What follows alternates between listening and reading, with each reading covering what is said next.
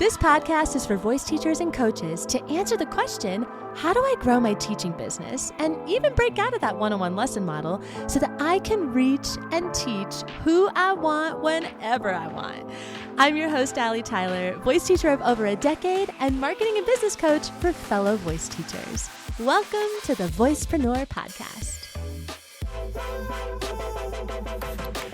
Hey, lovely voice teacher. I wanted to give you a heads up that this episode you're about to listen to is repurposed from a different location. So you may be hearing an audio response to one of my one-on-one voice teacher clients, or you may be hearing a little snippet from a group call inside of the Voicepreneur program, or you may be hearing an audio broadcast that I send out to the teachers inside of my offer called The T. So these are really the three places that I connect with voice teachers on a regular basis.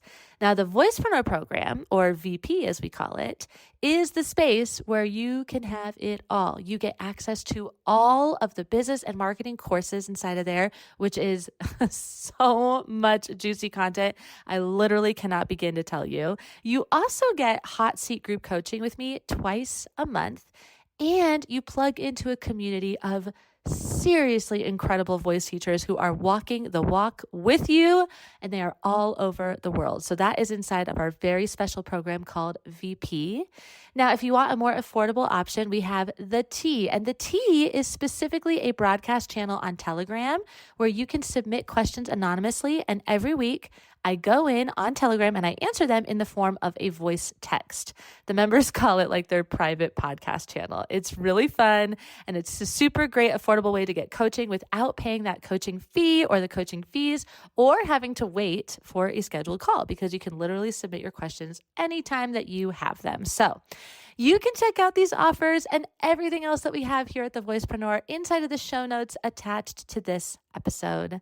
I truly can't wait to hear how this lands for you, so let me know your takeaway on Instagram. Shoot me a DM at the Voicepreneur. Enjoy the episode. Okay, I want to talk about the various different levels of capacity. Ooh, I'm very excited about this conversation.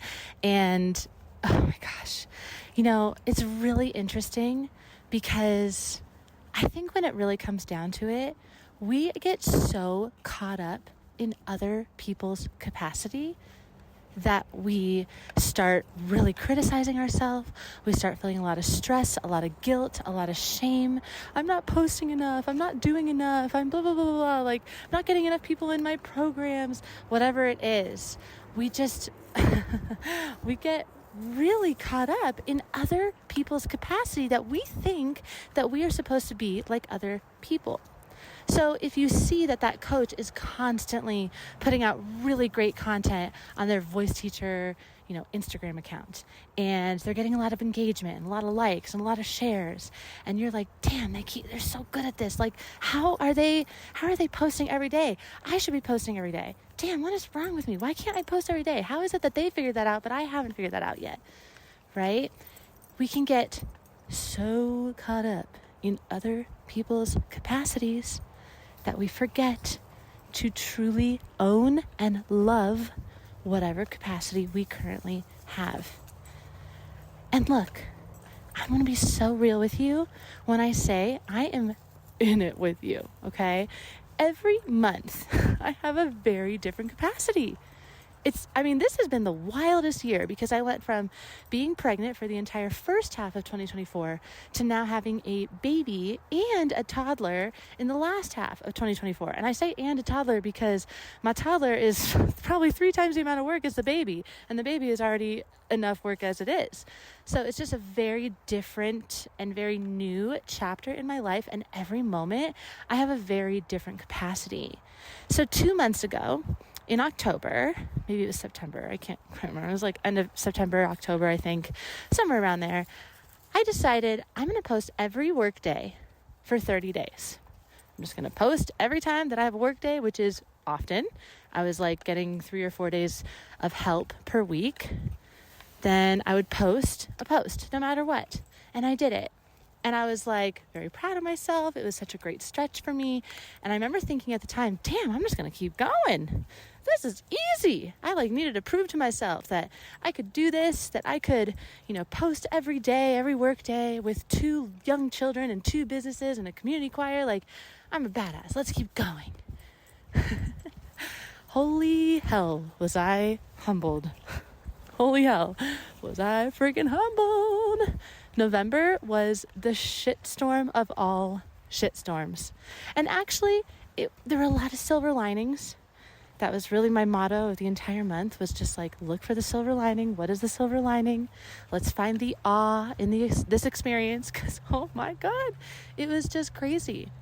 My son, God love Cadence, my big, bright-eyed, beautiful, extremely bright, extremely smart 3-year-old. It has been another level of parenting I can't even really put into words. That kid is just constantly trying to outsmart us. And he had figured out how to actually get himself excused from school. So he was definitely sick for a lot of the month, and that was hugely part of the issue. He was having behavioral problems. He was being sent home from school, and then he made this connection that if he starts hitting at school, then he can get sent home. It was just this whole thing. I was like, God, I need some parent coaching here. My goodness, my kid is extraordinarily strong-willed. Off the charts strong-willed, just like his mama. My mom talks about how I was the exact same way. So karma's a bitch, y'all. But anyway, it was crazy because the entire month of November, Cadence never went to school. He did not go to school. He would get sent home early, and then we finally just pulled him out for a little bit. And then we had our holiday break. And so I think I worked a total of 10 hours the entire month. I was just full-time momming, thinking, oh yeah, I could totally keep up with content. Yeah, that is hysterical. There's absolutely no way that I could have ever been able to do that with how much I had going on at home. Oh my goodness. And so here's the thing. There was a moment where I started to feel really guilty, right? I felt that shame come up of, oh my God, I can't even keep up with my own goal of posting every day. And I had to recognize in that moment that yes, I have the capacity to be able to do that. I just showed myself that I can, but I don't have to do that every month. I don't have to do that every week. I don't need to put that kind of pressure on myself. I can own the season I am in. And the season I was in last month in November was insanity. I'm talking sick, me, Cadence, both while traveling, flights and just broken windows and broken taillights. Oh my gosh, it was just crazy. And that's okay. And I actually really enjoyed the craziness because I didn't have this lingering guilt, this lingering I should be doing blah, blah, blah. I just excused that the moment that I felt it. The moment that I knew the shitstorm was here, I was like, you know what? I'm just going to be in this, okay? I'm just going to be in it. I'm going to be present with it. I'm going to take notes. I'm going to journal about it. I'm going to process it. I'm going to actually love it, literally. And I did. And that is another capacity that I can show myself, that I can love the shittiest, craziest, wildest times of traveling with 2 young children and having both of them at home all day, every day. And it's these are the moments. These are the times in my life I'm always going to look back on and remember. Why the hell would I ever not find the love and the awe and the joy in it?